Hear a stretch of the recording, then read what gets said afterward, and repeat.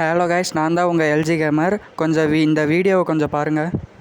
இந்த ஒரு இட்டாச்சி பண்ணல எப்படி ஃப்ரீயா எடுக்கிறது அப்படின்னு சொல்லிட்டு இந்த வீடியோல சொல்லி தரேன். ஒரு டைமண்ட் கூட தேவை, நீங்க டாப் அப் பண்ண தேவை. அந்த வீடியோ வெப்சைட்டோட லிங்க் உங்களுக்கு வேணும்னா அந்த வீடியோக்கு ஒரு லைக் பண்ணிட்டு நம்ம பேஜை மட்டும் எல்லாருமே ஃபாலோ பண்ணிட்டு இட்டாச்சி அப்படின்னு மட்டும் கமெண்ட் பண்ணுங்க. அப்படின்னு சொல்கிற நாய்களை செருப்பால் அடிங்க.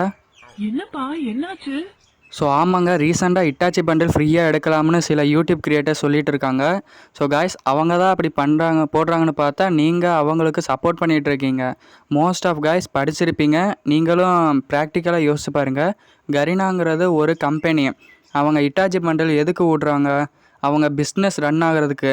அது எப்படிங்க ஃப்ரீயாக கொடுக்க முடியும்? அதுக்கு நான் பார்க்குறேன் 14,000 கமெண்ட்டு. அந்த அளவுக்கு தமிழ் கம்யூனிட்டி கேவலமாக போயிடுச்சு. கண்டென்ட் போடுறவங்க மாறுறாங்க, அதை பார்க்குற நம்மளும் மாறுறோம்.